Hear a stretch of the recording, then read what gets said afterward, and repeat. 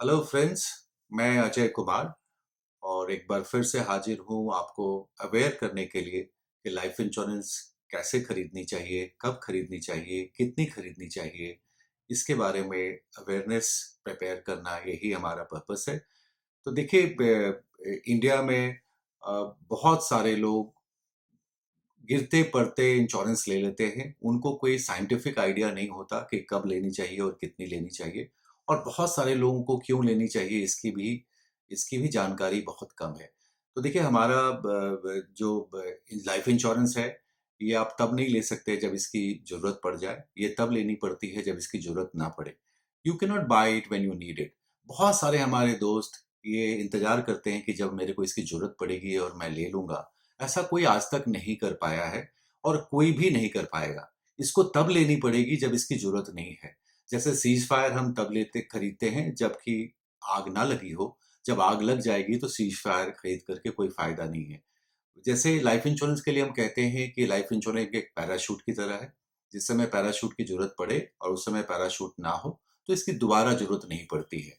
तो टाइमिंग नहीं करनी चाहिए। जब जिस दिन आपको लगे कि आपके पास अर्निंग है और आपके पास लायबिलिटी है, आपको चाहिए कि प्रोटेक्शन ले लेनी चाहिए, एडिक्वेट प्रोटेक्शन तभी ले लेना चाहिए। और देखिए लाइफ इंश्योरेंस एक ऐसी चीज़ है जो भले आपको अमीर ना बनाए, लेकिन ये गरीब नहीं होने देती। और जितने सारे इन्वेस्टमेंट के प्रोडक्ट्स हैं, वो आपको अमीर बना सकती है, लेकिन लाइफ इंश्योरेंस का पर्पस आपको अमीर बनाना नहीं होता। It prevents you to become poor. ये एक ऐसा अपना पूरा ध्यान, एनर्जी आप इस बात पे लगाएँ कि हमारे को अमीर बनना है, पर थोड़ा-सा ध्यान आप इस बात पे लगाएँ कि आपको गरीब नहीं होना है। गाड़ी में जैसे एक्सीलेटर होता है, तो हैंड ब्रेक भी साथ में दी जाती है।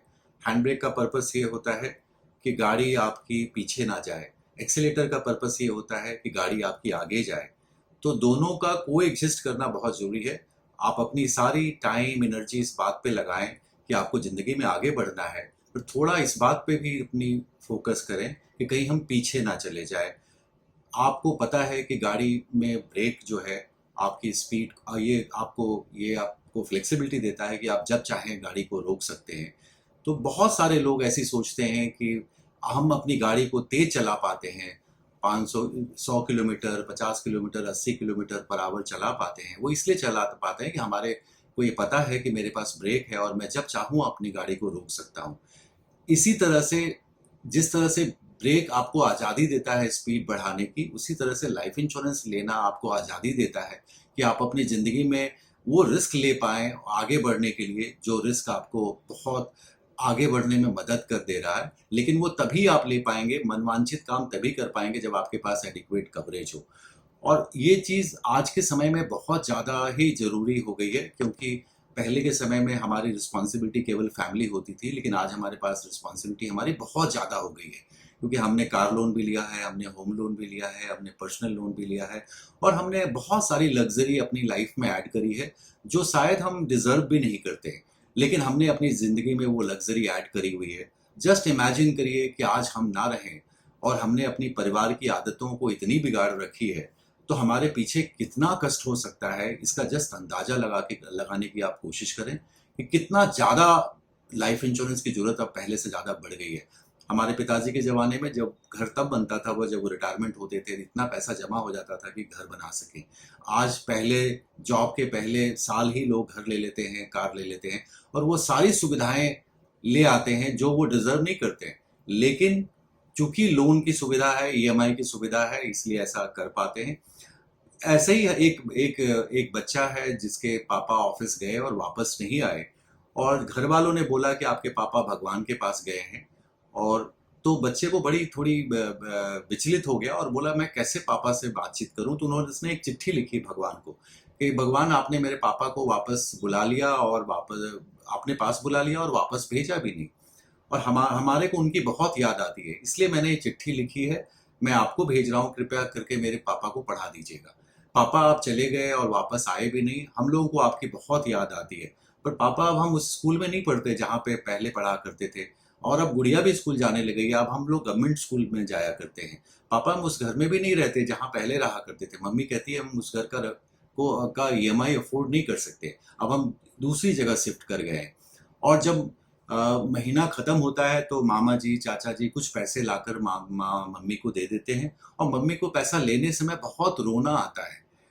और जब मम्मी बताती है कि शर्मा जी जब आपसे बात किया करते थे पॉलिसी के लिए तो आप उनको बराबर टाल जाया करते थे, और अगर पर मैंने ये निश्चय किया है कि अगर मैं कमाने लगूंगा तो सबसे पहला काम वो करूंगा कि लाइफ इंश्योरेंस की पॉलिसी लूंगा, ताकि मेरे को वो दिन ना देखना पड़े जो मेरे बच्चों को वो दिन देखना ना पड़े जो मेरे को देखना पड़ रहा है।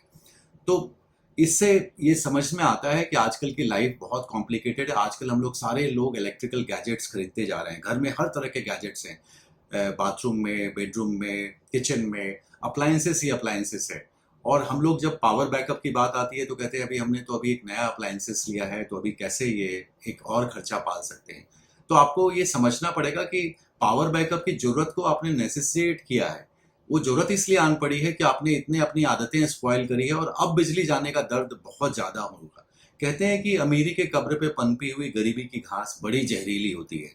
तो हम लोगों को चाहिए कि ऐसा ऐसा करें कि हमारी फैमिली की जिस तरह से लाइफस्टाइल चल रही है उसके हिसाब से इंश्योरेंस की रिक्वायरमेंट बहुत ही बढ़ती जा रही है, क्योंकि हमने रिस्पॉन्सिबिलिटीज बहुत सारे बढ़ा लिए हैं जो शायद हम डिजर्व भी ना करते हो।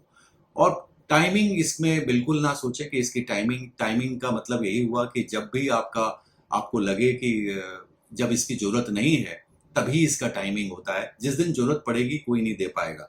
और इंडिया में लोगों को लाइफ एक्सपेक्टेंसी बढ़ रही है, और केवल लिविंग टू शॉर्ट के लिए पॉलिसी जरूरी नहीं है, लिविंग टू लॉन्ग के लिए बहुत जरूरी है। क्योंकि अगर आप 80 85 90 साल बचेंगे और 60 के बाद रिटायर हो जाएंगे तो आपको 25 30 साल निकालने हैं। तो लाइफ इंश्योरेंस पॉलिसी आपको ऐसे समय में एक ऐसा तीसरा बेटा होगा जो आपको काफी मदद करेगा और बहुत सहारा देगा। इसलिए इसका होना निहायत ही जरूरी है। ये एक विडंबना है कि जब हम यमराज का कॉल आता है तो हम बोलते हैं यमराज हमारा कुछ भी प्लान्ड नहीं है, और जब हमारे एजेंट्स फोन करते हैं तो बोलते हैं मेरे पास बहुत पॉलिसी है, बहुत कुछ है। तो हमारे को ये देखना पड़ेगा कि हमारे पास क्या हम प्रिपेयर्ड हैं, इस बात के लिए प्रिपेयर्ड हैं कि अगर यमराज आए तो हम उनको कह सकें कि right my everything is plan, you can take me along with you, ऐसा कह पाए कि ऐसा ऐसा सिचुएशन है क्या हमारी।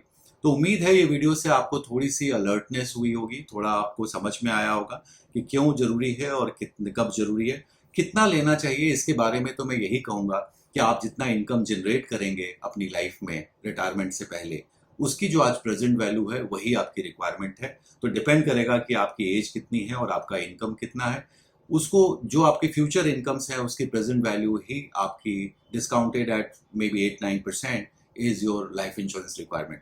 Hope you will be little more aware about the need for life insurance and how much you need it. Thank you.